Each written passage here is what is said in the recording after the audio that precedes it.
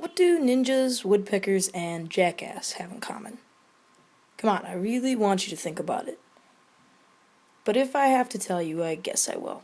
It's gonna take about 10 minutes, though. Now, what if I told you that a football helmet can promote a concussion?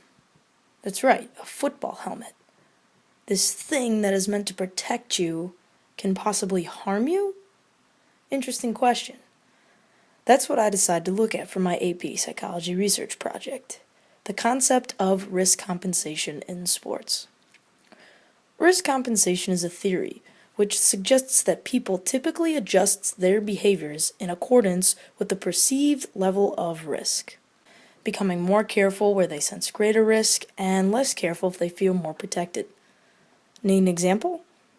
So you've recently binge-watched your favorite collection of ninja movies on Netflix and decided that you would like to learn some moves for yourself. So you go online, look up a karate dojo, and you find two good ones that are completely the same except for one factor. Dojo number 1 requires that its ninjas wear full body pads, while dojo number 2 uses no pads at all. Your initial thought is to head straight to dojo 1, where your body will be protected from bruises and scrapes. But after doing some more research, you see that the injury rates for these two dojos are the same. But why? The answer is risk compensation. The full body pads worn in Dojo 1 are probably influencing those ninjas to hit a little harder because the perceived level of risk is less. This is clearly a hypothetical example, so we're going to look at some solid research. Risk compensation doesn't apply solely to ninjas. A study was conducted in France using male and female cyclists. You know what they found? The average speed for male cyclists was 16.9 kilometers per hour. For female cyclists, 16.1 kilometers per hour. There was an interesting twist, however. Although the average speed for men and women was fairly similar, males who wore helmets recorded an average speed of 19.2 kilometers per hour, compared to their 16.8 kilometers per hour helmetless counterparts. In the words of the Wise Friends researchers who conducted this experiment, risk compensation was not observed among female bicyclists, whereas helmeted male bicyclists tended to ride faster than non-helmeted ones, suggesting that risk compensation is a male behavior. For those of you who partake in helmet-related activities, you should still wear a helmet. Conductors of this experiment were only able to correlate the relationship of helmet presence and an increase in risky behavior. So what does all this risk compensation correlation mean for athletes who use these pieces of concussion prevention equipment? This is where the science behind a concussion really comes into play. The scary thing about a concussion is how little us humans know about it. Writer for Popular Science magazine Tom Foster describes concussions as being essentially invisible. Even the most advanced medical imaging technology isn't sensitive enough to show the physical manifestations, the damaged brain tissue. This is a major problem. Because we can't see what's physically happening to the brain, doctors have to diagnose a concussion based solely off the symptoms presented. Therefore, there's no reliable way of for sure telling if someone is concussed. Scary, huh? This really makes you wonder, how then are we supposed to go about preventing these concussions if we can't even see them? The answer, my friend, is woodpecker. I know it sounds crazy, but stay with me. A study conducted by Richard Greenwald and his colleagues from Simbex and Brown University examined the fascinating anatomy of the woodpecker. Here's what they found, and I quote, "The highest acceleration of a helmet recorded was about 100 g, or 100 times the acceleration due to Earth's gravity, clearly a dangerous level of acceleration for the human head. The heads of woodpeckers, however, undergo accelerations of 1,200 g as they hammer their bills on trees, and the birds show no signs of concussion or brain damage. Woodpeckers experience the equivalent of 20 face-first crashes into a brick wall every second. 20 face-first crashes into a brick wall. Gives me a headache just thinking about it.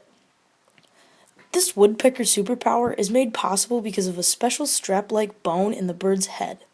This is called the hyoid bone. It begins in the upper beak, encircles the cranium, and ends in a sharp, barbed tongue that points forward. When the upper portion of the beak strikes the surface of a tree, the hyoid absorbs energy from the impact as well as tightens into a sling that cradles the skull like a seat belt. Helmets featuring active restraint systems inspired by the woodpecker's hyoid could theoretically help the cyclists and football players of the future avoid brain injury. So let's say researchers create this awesome helmet.